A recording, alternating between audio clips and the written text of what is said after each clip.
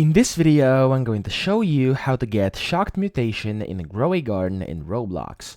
So this guys can be a bit tricky, however very doable, but you're gonna have to get a bit lucky, but still it's very simple. So over here, let me just show you how you can do this. Now, once you're inside your garden, the first thing you're gonna have to wait for is a thunderstorm. Now, right now, as you can see, conveniently, the weather just changed and it's currently rain, so this will give me wet fruits, but when the weather becomes a thunderstorm, then basically you'll have a 50% growth speed and some other buffs, as well as a chance for your crops to become shocked in case they get hit by lightning. So they will have to get struck by lightning for you to be able to get the shocked crops.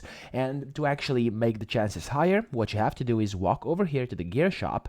Let me just walk over here really quickly. There we go. You want to talk to Alois.